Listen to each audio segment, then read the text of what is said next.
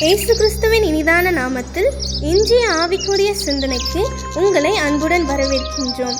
இப்போதும் ஒரு பாடலுக்கு பின்பு உங்கள் சிந்தையை தெளிவிக்கும் ஆவிக்குரிய செய்தியை கேட்கலாம். கடைசி கால அபிஷேகம் மாம்சமான யாவர் மேலும், அறுவடையின் காலம் இதே, தூய ஆவியால் நிரப்பிடுமே. கடைசி கால அபிஷேகம் மாம்சமான யாவர் மேலும், அறுவடையின் காலம் இதே, தூய ஆவியால் நிரப்பிடுமே.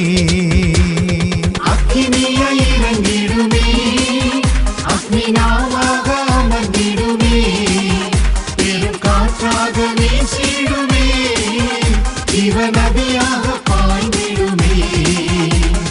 அக்கினியை இறங்கிடுமே, அக்னிநாவாக அமர்ந்திடுமே, பெரும் காற்றாக வீசிடுமே, ஜீவநதியாக பாய்ந்திடுமே. ஆண்டவர் இரட்சகருமாக இயேசுவின் இனிதான நாமத்தினால் உங்களை வாழ்த்துகிறேன். இந்த நாள் நம்முடைய ஆவிக்குரிய சிந்தனைக்காக லூக்கா எழுதின சுவிசேஷம் 12ஆம் அதிகாரம் 49ஆம் வசனத்தை நான் வாசிக்கிறேன். பூமியின் மேல் அக்கினியை போட வந்தேன், அதை இப்பொழுதே பற்றி எரிய வேண்டும் என்று விரும்புகிறேன். ஆண்டவர் பூமியின் மேல் நான் அக்கினியை போட வந்தேன், பற்றி எரிய வேண்டும் என்று விரும்புகிறேன் சொல்லுகிறார். பற்றி எரிகிற ஒரு அக்கினி தேவைப்படுகிறது. அந்த அக்கினி அநேக ஆசீர்வாதத்திற்கும் காரணமாய் மாறிவிடுகிறது. ஒருவேளை எரிகின்ற தீ ஒரு பக்கத்துக்கு அழிவுக்கும் பயன்படுத்த முடியும், ஆக்கப்பூர்வமான காரியத்திற்கும் பயன்படுத்த முடியும். அப்போஸ்தலர் நாட்கள் நாம் எடுத்துக்கொள்ளும் என்று சொன்னால் வேதம் தெளிவாக சொல்லுகிறது. அப்போஸ்தலர் 2:3 120 பேர் மேல் வீட்டரில் கூடியிருக்கும் பொழுது ஆவியானவர் வந்து இறங்குகிறார். அப்போது ஒவ்வொரு மேலும் அக்கினிமயமான நாவுகளும் வந்து இறங்குகிறது. அதற்கு பின்பு என்ன நடக்கிறது? பெரிய மாற்றம் சீஷர்களுக்கு உண்டாகிறது.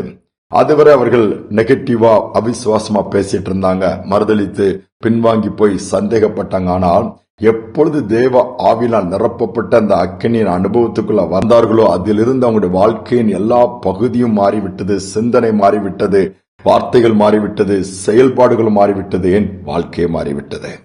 அதுவரை பேசின வண்ணமாய் அதற்கு பின்பு பேசவில்லை. அவருடைய வார்த்தைகளில் ஜீவன் இருந்தது, ஒரு வைராக்கியம் இருந்தது, வல்லமை இருந்தது, அசைவை ஏற்படுத்தினாங்க. இங்க நம்முடைய வாழ்க்கையிலும் சில காரியங்கள் நம்மை விட்டு விலக வேண்டுமானால், சில காரியங்கள் நம்மை விட்டு அப்புறப்படுத்தப்பட வேண்டுமானால் ஒரு அக்கினி நம்ம போட வேண்டிய ஒரு அவசியம் ஏற்படுகிறது.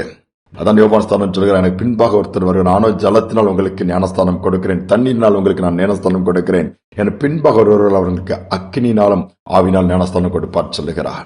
அந்த அனுபவத்துக்குள்ள கடந்து வரும் பொழுது அதன் மூலமா ஏராளமான நன்மைகள் நாம் பெற்றுக்கொள்ள முடியும். அதுதான் உண்மை. 1666ஆம் ஆண்டு செப்டம்பர் மாதத்துல லண்டன் பட்டணத்தில் ஒரு பெரிய தீ விபத்து ஏற்படுகிறது. ஆயிரக்கணக்கான வீடுகள், பெரிய பெரிய கட்டிடங்கள், ஆலயங்கள் கூட தீக்கிரையாக்கப்படுகிறது. அந்த சூழ்நிலையில் அந்த பட்டணத்துடைய நிலைமை எப்படி இருக்கிறது என்று சொல்லி எழுதப்பட்டதை பார்ப்போமானால், லட்சத்தை தாண்டி ஜனங்க எலியின் மூலமாக ஏற்பட்ட ஒரு கொள்ளை நோயினாலே மரித்துக் கொண்டிருக்கிற ஒரு காலகட்டம்.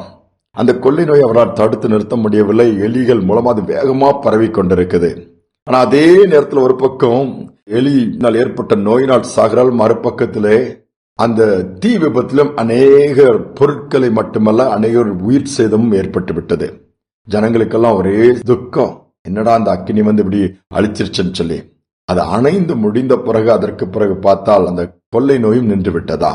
ஒண்ணுமே புரியல, என்னடா நோய்க்கெல்லாம் நின்று போய் வேற யாருக்கு இடத்துல புதுசா பாதிப்பில்லைன்னு சொல்லி பார்க்கும் பொழுது அந்த தீ விபத்தினாலே, அந்த அக்கினினாலே எல்லா எலிகளும் எரிந்து போய்விட்டன. அவைகள் எல்லாம் கொல்லப்பட்டு விட்டதுனால அதனால் நோய் பரவுவதும் தடுக்கப்பட்டு விட்டதா. அதற்கு பிறகுதான் ஒரு பக்கம் இந்த அக்கினியினால் ஒருவேளை நமக்கு நஷ்டங்கள் இருந்தாலும் கூட மறுபக்கத்தில் ஒரு பெரிய ஆசீர்வாதம் இருந்தது என்பதை உணர்ந்து கொண்டார்களாம். ஆண்டவர் தேவனுடைய அந்த ஆவிக்குரிய அக்கினியில நிறைய நன்மைகளை கர்த்தர் வச்சிருக்கிறாரு.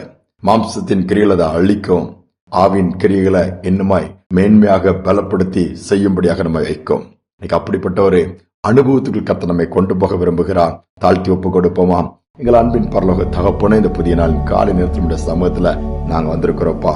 அநேக வித விபத்துகள், ஆபத்துகள் சூழ்நிலையில் வரும்பொழுது நாங்கள் சோர்ந்து போய் விடுகிறோம். ஏன் இது நடக்கிறது, ஏன் இது என்று சொல்லும் பொழுது அதுல ஒரு ஆவிக்குரிய நன்மை நீங்க வச்சிருக்கிறீங்கப்பா.